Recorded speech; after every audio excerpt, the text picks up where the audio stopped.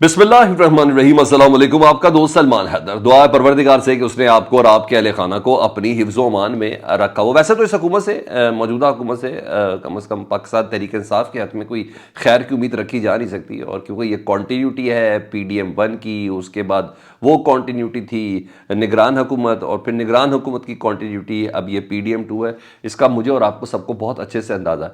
तो वाकई, और जहाँ कोई खैर कमल निकलना भी हो तो अपनी नीयत और माजी के हालात की वजह से और माजी के किरदार की वजह से इस तरीके से वो चीज़ें मुहब्बत और तकलीफ दे हो जाती है कि कोई शक की गुंजाइश ही नहीं रहती कि ये नेक नीयत नहीं, बदनीयती का ही मामला है। नहीं तो मरीम नवाज साहबा के आने के बाद जो पंजाब में एहतजाजों की सूरत हाल क्या हुई, पाकिस्तान तहरीक इंसाफ के ऊपर क्रैक डाउन जो हुआ, 45 अफराद को एक साथ नामजद करके पर्चे भी दिए गए एहतजाज के ऊपर, और सिर्फ ये लाहौर में हो रहा है, बाकी दूसरे शहरों के अंदर नहीं हो रहा है। तो पता चल रहा है कि बहुत ही ज़्यादा खौफ है, और शायद इसी वजह से ये सारे इकदाम किए जा रहे हैं। और मरीम नवाज साहब बराह रास्त इसलिए होती है, एक तो एडमिनिस्ट्रेटर सूबे की हैं, वो तो एक अलग बात है ना कि वज़ीर आला हो, लेकिन ज़्यादा तौर पर उन्होंने वो एक स्पेसिफिक वजारत भी अपने पास रखी हुई, वजारत दाखिला।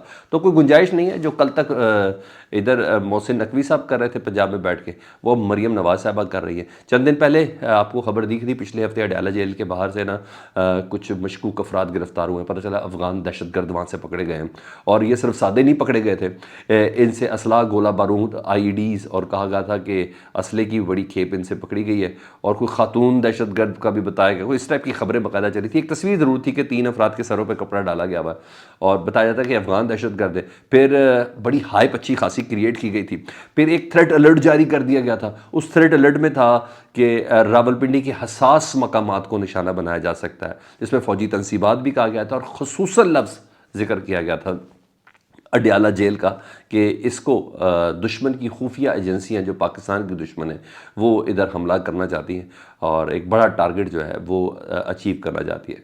तो अडयाला जेल का बाकायदा नाम दिया गया था। फिर उस पर 2 किस्म के तज्ज़िये भी हुए थे। एक तो PTI मुखालिफ तज्ज़िया ये था कि बनी गाला इमरान खान को शिफ्ट किया जाने लगा है, और इमरान खान साहब बल्कि नून लीग को ये लग रहा था कि इमरान खान साहब को बहाना बनाकर NRO देने की बात की जा रही है, वो लगा जाएगा, तो इस तरह की कोई चीज़ें थी।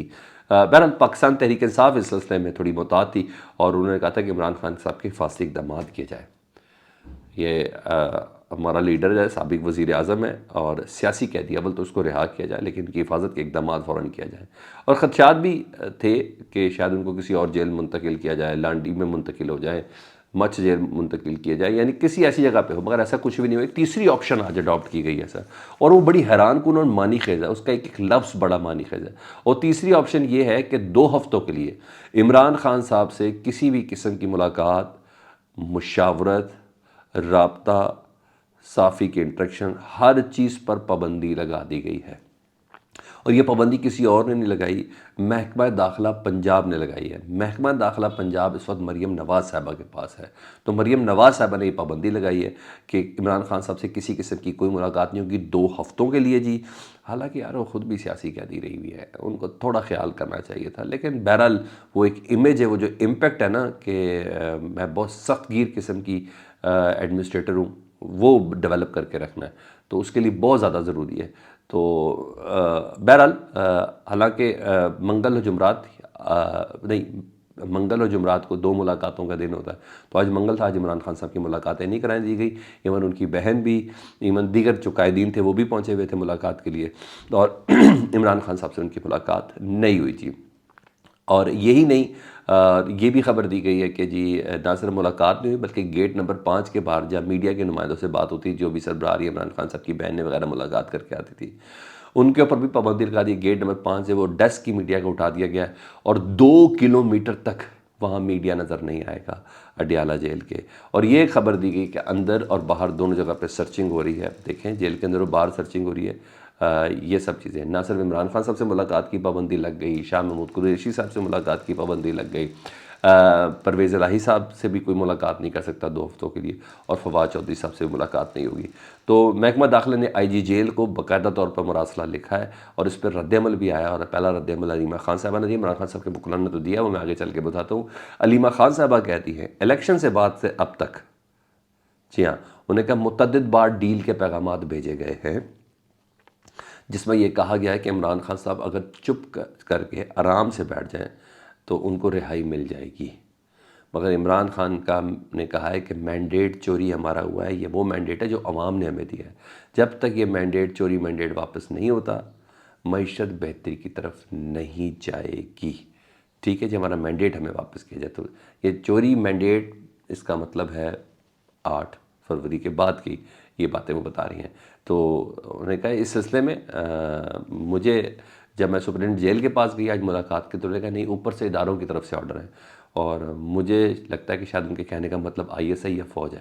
تو بہرحال اصل خبر یہ ہے کہ سینٹ کے انتخابات ہونے جا رہے ہیں جی 2 اپریل میں، اور 2 اپریل کو انتخابات سے پہلے عمران خان صاحب سے مشاورت بہت زیادہ ضروری ہے، کیونکہ جنرل الیکشن میں عمران خان صاحب سے مشاورت نہیں کرنے دی گئی تھی، بار بار عدالتی حکم کے باوجود 2000 کینڈیڈیٹ عمران خان صاحب کے پاس آئے تھے، اور 2000 کینڈیڈیٹ چند گھنٹوں کے اندر ڈیسائیڈ نہیں ہو سکتے جی، اور یہی کام اب آگے ہونا ہے، کیونکہ ایوان بالا کے انتخابات بھی اہم تصور اس لیے ہوتے ہیں کیونکہ اس کے اندر قانون سازی کو اپروو کرنے کے لیے ایوان بالا ہے نا، تو جو بھی قانون سازی ہوئی ہے تو وہاں کوئی لیپو قسم کی شخصیات بغیر مشاورت کیا جائے تو پھر کیا ہوگا۔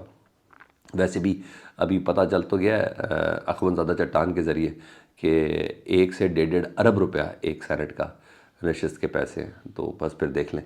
تو بہرحال سپرنٹینڈنٹ جیل نے انہوں نے کہا ہے کہ مجھے منع کر دیا، اور ان کا اوپر سے آرڈر ہے، اور ابھی مشاورت ہوئی نہیں، اب دیکھیں لیٹس سی کیا ہوتا ہے۔ 2 اپریل کو الیکشن ہے اور ملاقاتوں پر پابندی، اب ڈیفینیٹلی پاکستان تحریک انصاف جیل میں ملاقات کے لیے عدالتوں کی طرف جائے گی۔ ہاں علیمہ خان صاحب نے یہ ضرور تحفظات کا اظہار کیا، انہوں نے کہا عمران خان صاحب کے معالجین کے لیے ہمیں ڈاکٹر فیصل سلطان اور ڈاکٹر عاصم کے لیے کورٹ سے درخواست دی ہے، مگر سپرنٹینڈنٹ جیل اسد وڑائچ کہتے نے منع کر دیا ہے۔ تو اب دیکھیں چیزیں مزید متجسس ہو رہی ہیں، مزید تقریب دے اور مزید کوشچن مار کے پراسراریت ہے اس کے ساتھ کہ آپ نے ملاقاتوں پہ، بہنوں کے ملاقات پہ پابندی، آپ نے لیڈرز کی ملاقات پہ پابندی، آپ نے وکلاء کے ملاقات پہ پابندی، آپ نے معالج کے اس پہ پابندی لگا دی ہے، تو اس کا مطلب ہے دیر از سم تھنگ، جو کچھ ہے جس کی پردہ داری ہے۔ تو میں نے بولا کہ نیتیں صحیح بھی ہوں تو اقدامات ایسے ہوتے ہیں کہ وہ بتا دیتا ہے کہ آپ کے ماضی کے قصے کے ساتھ اس چیز کو جڑا جائے، اور حال تو یہ ہے کہ سپریم کورٹ اس سلسلے بھی انیشیٹو لے کے بیٹھی ہوئی ہے، اور کہیں نہیں بیٹھی تو IG اسلام آباد کو انہوں نے کہا ہم ملزموں کو سراغ نہیں لگا سکتے، آپ کو ہٹا دینا چاہیے، اور باقاعدہ سپریم کورٹ کے چیف جسٹس نے بولا کہ آپ کے رویے سے لگتا ہے کہ آپ سہولت کاری کر رہے ہیں۔ جب IG کے اوپر یہ الزام ہے کہ وہ سہولت کاری کر رہا ہے تو پھر آپ بتائیں یہ اڈیالہ جیل کا سپرنٹینڈنٹ کس کھیت کی مولی ہے؟ تو سہولت کاری تو پھر سہولت کاری ہی ہوتی ہے۔ ادھر میں نے بتایا کہ نیت اگر بہتر ہوتی تو کیا ہی مزیدار بات تھی نا۔ تو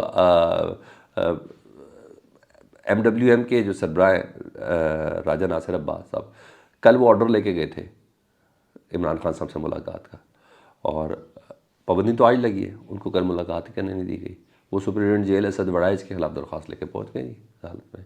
تو سر اگر نیتیں صحیح ہو نا تو پھر یہ تمام کی تمام چیزیں نا کھل کر سامنے آ جاتی ہے، عیاں ہو جاتی ہے، مگر یہاں جب سپریم کورٹ کہہ رہی ہے کہ آپ سہولت کار ہیں، اسلام آباد ہائی کورٹ کہہ رہی ہے آپ سہولت کاری کر رہے ہیں، تو اس کے بعد کیا رہ جاتا ہے؟ بہرحال دیکھیں مریم نواز صاحبہ کا وہ سخت گیر امیج کتنا کام آتا ہے، یہ تو ابھی پتہ چلے گا۔ ہاں ادھر حالت یہ ہے کہ ایوان بالا کے سینٹ کے انتخابات، اور پہلی بار ایسا یہ ہوا ہے کہ سینٹ کے انتخابات، سینٹ جو ہے نا وہ غیر فعال ہو گیا ہے، چیئرمین سینٹ ویسے فارغ، ڈپٹی چیئرمین سینٹ بھی ویسے فارغ، اور 52 سینیٹر ریٹائر ہو چکے ہیں۔ اب 2 اپریل تک بالکل ڈی ایکٹیو ہو گیا ہے، اور پیپلز پارٹی کے 12 سینیٹرز ہیں، نون لیگ کے 12، پاکستان تحریک انصاف کے 8 سینیٹر ہیں۔ اصولاً یہ کام 12 مارچ کو ہونا چاہیے تھا تاکہ قانون سازیوں میں احتیاط رہے، لیکن پاکستان کی تاریخ میں یہ بھی پہلی بار ہوا ہے کہ ایوان زیری بن چکا ہے لیکن ایوان بالا جو ہے وہ غیر فعال ہے، مکمل نہیں ہے، غیر فعال ہے۔ تو سیریس ہے اس کالم، اس وقت یہ چل رہا ہے۔ فیڈ بیک سے متعلق ضرور آگاہ کیجیے گا، اپنا بہت زیادہ خیال رکھیں۔ اللہم صلی علی محمد و علی محمد۔